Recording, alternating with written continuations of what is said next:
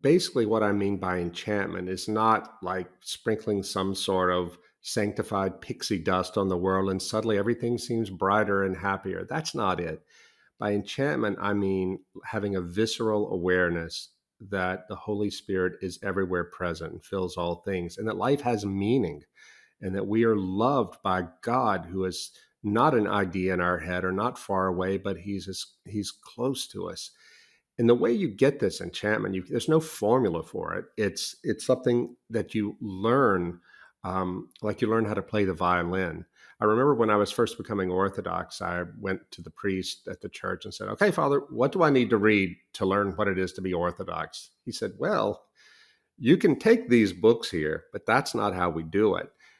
This is something that's going to be learning a way of life and relating to God. It's going to take you about 10 years of coming to church, saying your prayers, doing the fast, and all of these things to really inhabit the Orthodox life." I thought that was silly. Just come on, let me master the argument. But of course, he was right. And I think that's true generally with the idea of Christian enchantment, whatever your denomination. Um, I quote in my book, I quote this. I steal from a Harvard professor talking about education. I make it for enchantment. Enchantment is not a matter of conveying information from teacher to student. Enchantment is like teaching the students how to be staring at the right corner of the sky when a comet goes by. What I mean by that in my usage is that God will show himself to you every day in every different way, but you've got to be prepared spiritually, mentally, and emotionally to perceive him. Uh, Perception of the enchantment that is already there is the big thing.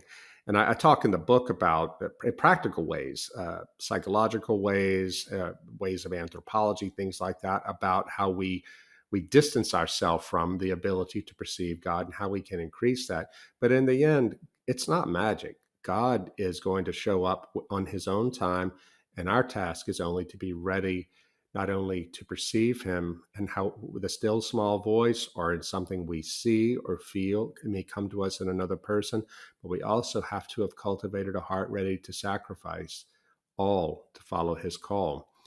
A cautionary tale here. One of the reasons I wrote this book is the younger generation now is getting so misled by the occult and by psychedelic drugs. The two are often so interrelated. That's why I thought it was important that I be honest about my 1980s college boy fooling around with LSD, even though I'm ashamed of it. But I want to tell people, when I tell you don't do this, I mean it.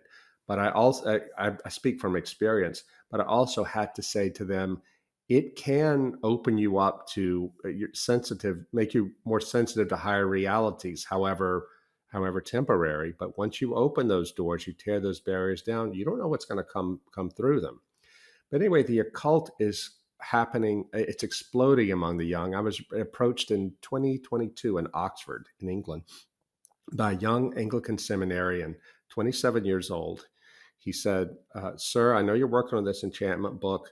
I want you to know something that most people in your generation don't. You think that the big problem we're dealing with is atheism. It's not with my generation. Nobody cares about the new atheist. It's all about the occult, because young people are desperate for a sense of mystery, of transcendence, of woo, you might say.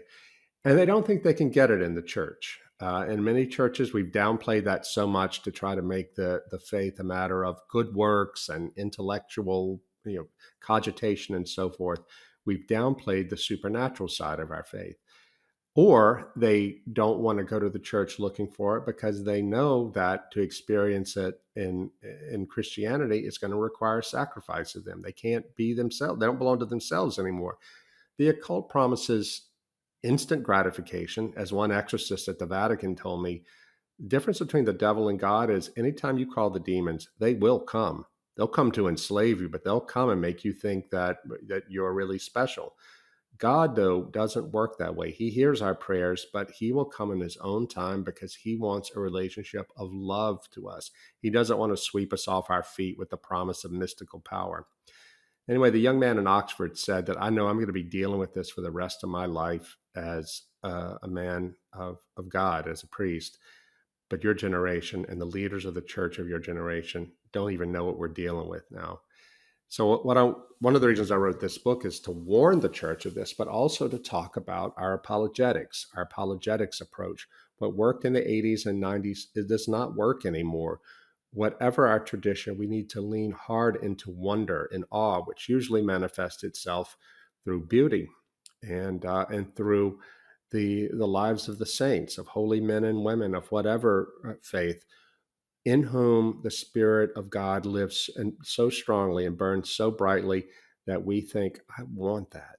And once you've encountered people like that, just as I encountered Monsignor Sanchez or encountered at places like Chartres, it does open even a closed mind to the truth of the faith. And so we can ultimately try to integrate goodness, truth, and beauty into one, into a heart that is given over to the service of the Trinity.